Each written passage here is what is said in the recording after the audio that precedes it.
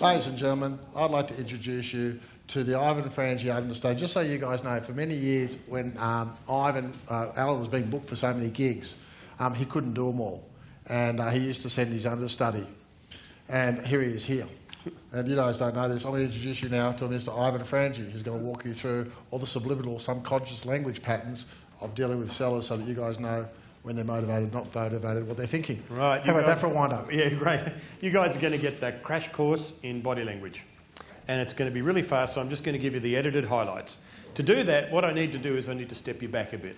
Where I need to step you back is I need to step you back into a place where we have a look at the 3 rules of body language.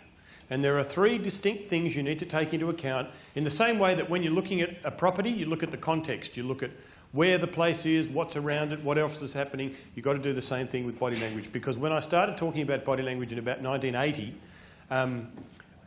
one of the things that people used to say all the time, and they still do, is, oh, I was sitting with somebody the other day and they scratched the back of their neck, they must have been telling a lie.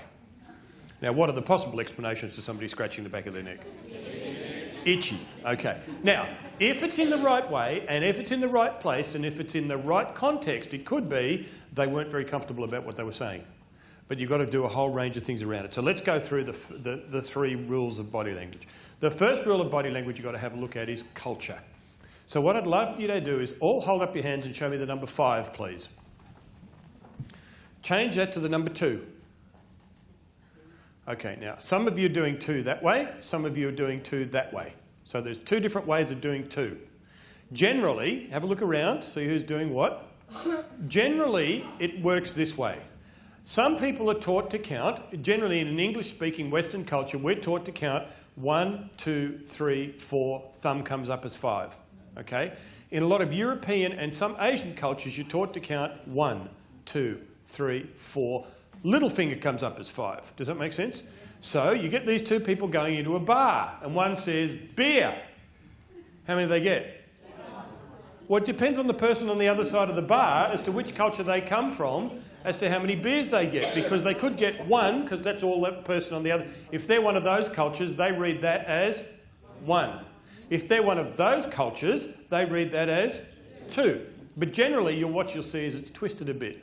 And they'll go, well, I'll have 2 beers, right? That can be 1, that can be 2. Does that make sense as a cultural difference? So the culture of a gesture indicates what's happening. So what does that gesture mean to you? Okay, now that's... Sorry? Yeah, well, it can mean everything's okay. Oh, fantastic. It also means 0, nothing, worthless. And it tends to go with like that. It's just worthless. You're dismissing it out that way. Does that make sense? In Japan and parts of Asia, that can mean money. So it's like beers, 3 beers. TVB. So that can mean money. So it depends on who's... in parts of Europe, that can mean you're prepared to pay for company for the evening.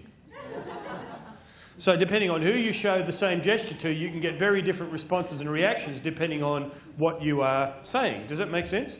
So culture makes a big difference as to where who's doing the gesture and who's reading the gesture. And so one of the things you've got to be careful of is the culture. And we see that in our society here in Australia.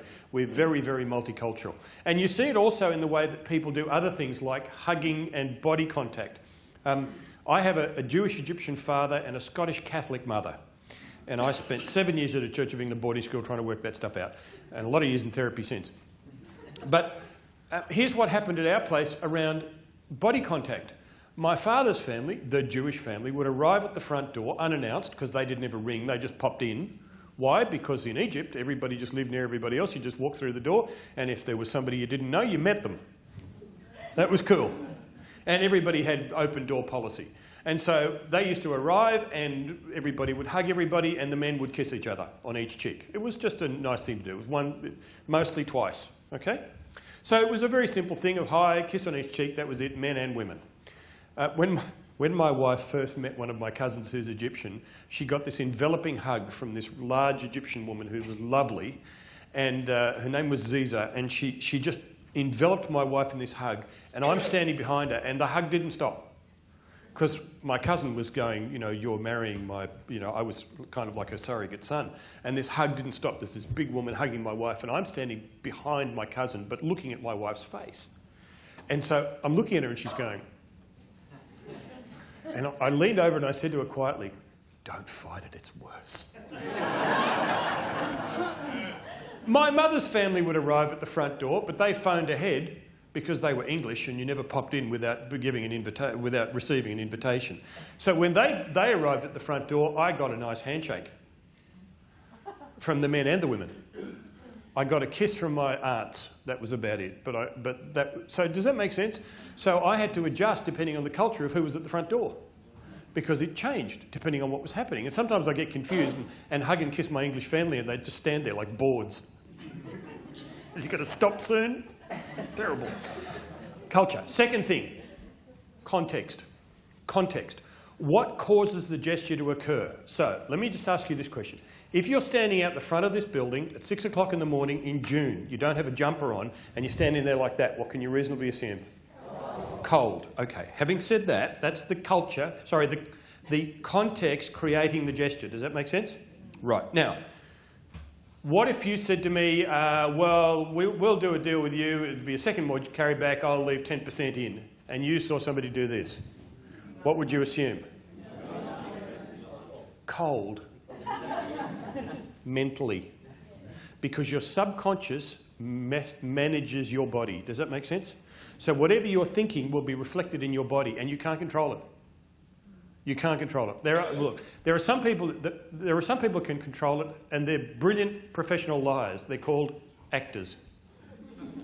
Because actors are people that can get their body language to match what they're thinking, and they're the ones that we believe are very credible because their bodies match what they're doing. Does that make sense? The other professional liars whose bodies don't match are called politicians.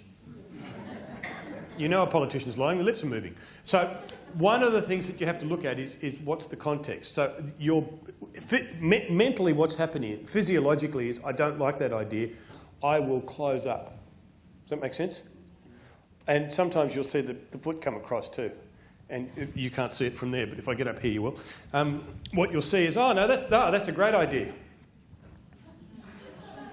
And you're putting a leg barrier, an arm barrier, you don't want to know. In other words, you're creating protection. Does that make sense? Okay. Now, let's have a look at a couple of other physiological gestures that you will see when you're interviewing people and when you're talking to people. Let's have a look at the classics. How many of you ever owned a 5-year-old? I say owned because there's a big question of whether you had kids or you stay rich. But there's no return on that investment, unfortunately. Little kids who are no financial return. Little kids who are 5, if I got my son Josh when he was 5 and I said, did you drop that bottle of milk on the fridge? And he went, no. Did he do it? Yes. Did you go on what you saw or what you heard? What you saw. Physiologically, what's happening in his mind is, I did that milk on the floor, but I don't want to do that. If I tell him I did the milk on the floor, I get whack on bum, that's not good. So I'm going to cover the lie up as it comes out of the mouth. Because I don't want it to come out of my mouth, so I'm going to cover it up. Now, in 5-year-olds, it's not very sophisticated. Did you do it? No. Maybe they won't know. See, when we're adults, you can't walk into a meeting and say, well, I'll leave 10% in the house. You kind of won't get away with that. Does that make sense? So one of the things we do is we tend to sophisticate it and we go, no, 10% will be fine. General rub in the area of the mouth. Does that make sense? So what you'll see is when you see people, deceit gestures increase the frequency of hand-to-face gestures up to 10 times their normal frequency. So when people are starting to be deceitful, you'll see that hand-to-face gestures or hand-to-this area gestures increase up to 10 times the normal frequency. Let me give you a couple of others. When people don't want to really tell you what's going on, they do this. Oh, no, that sounds like a good deal. And what they're doing is, I don't want to look at you while I'm talking to you, because if I look at you, you'll tell I'm lying. So I'm going to look away and look at the ground. Bob Hawke used to do that a lot, for those of you that are old enough. But he used to do that a lot. Now, the challenge is that your physiology doesn't lie. Now, when people are uncertain about something, what they do is they tilt their heads and scratch under their ears. 1, 2, 3, 4, 5. It's not 4, it's not 6. We know it's 5. We watched it on video. It's 1, 2, 3, 4, 5. Who else or what else tips their head when they're kind of interested but not sure? Dogs. They look at you and you do something and they go. We are animals on our hind legs. And so what we do is, if we're uncertain, we scratch under the ear. So what we do is we scratch under the ear 5 times. Now, let's have a look at a couple of the classics. Dogs again. When you aggravate them, what happens? They growl, and what change happens to them physiologically? The hair on the back of the neck stands up, and you can tell. Same thing with us. When something aggravates us or it's slightly annoying, what we do is we rub the hair on the back of our neck down because it's standing up. So physiologically, we don't want to get caught doing that, so we start rubbing it. It's called a pain in the neck gesture. Somebody gave me a pain in the neck, in other words, it aggravated me. So I'm just going to rub that hair down because I don't want to get caught with it seeing that I'm aggravated. Does that make sense? So let me put a couple of those together. No, it's a great deal. No, I think we can probably do that. No, I reckon next week. That'll be fantastic. Look, I think it's one of the best deals I've ever seen. Big smile following, credibility. Third thing you have to look at is exactly what I've just demonstrated, which is clusters. If you take the word palm out of a sentence, give me some variations of the word palm. Palm tree. Palm tree, what else? Palm olive, what else? Palm off, palm frond, what else? Palm oil, grease my palm, yep. My son has it every Sunday. It's called Palm Sunday at our place, which is, where's my allowance? Slap it in my palm, Dad. So does that make sense? So you take the word without the context and it doesn't work. So you've got to have a look at clusters. Clusters of what? You take one word, you put it in a sentence. You put the sentence in a paragraph. You put the paragraph in a story. The story makes sense, but the word by itself may not make sense. The same way, if I get one gesture which is, oh no, I really wasn't sure, and somebody scratches the back of their neck, it could mean they had an itchy neck. If you see it, however, as, oh no, well, look, I reckon that rent to buy thing, that's a terrific idea. I reckon that's fantastic. I reckon we can do that the next couple of weeks. No, I'll talk to my lawyer about that tomorrow. Cluster. Is that fair enough?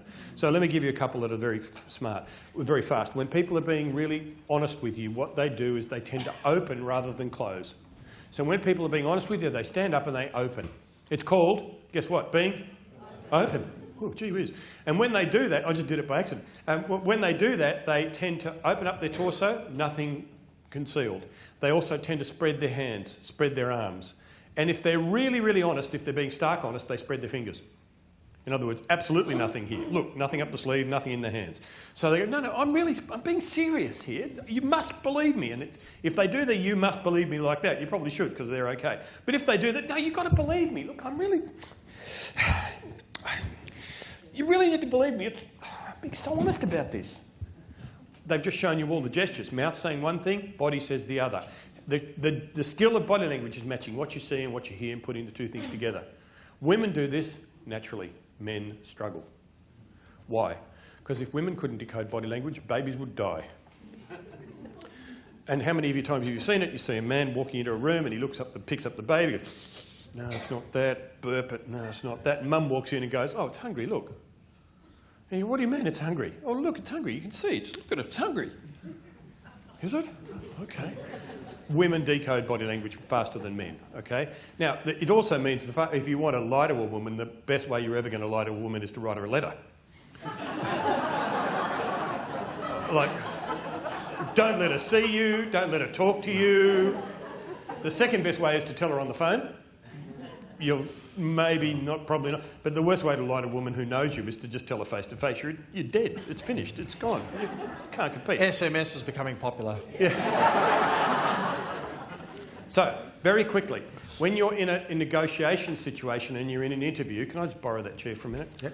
When you're in an interview and you're with someone, what you need to watch for is when you tell them things, do they close up? Do they put the figure 4 leg lock? Do they fold their arms? What do they do? Does that make sense? Like, if you say something, what is the physical reaction to what you say? And is what they're saying and what they're doing matching? If they match, fairly credible. If they don't, guess what? You probably have to do what? Go back and ask the same question a different way. If you get the same reaction, you've probably got the same internal response. So if you think somebody's telling you a bit of a porky pie, Ask them the same question slightly differently from a different angle and see what kind of response you get. Is that fair enough? If they stay open, pretty good. If they don't, they'll close down. Guys, it's been fabulous talking to you about this. I really have enjoyed it. No, seriously, it's been great. That's the crash course on body.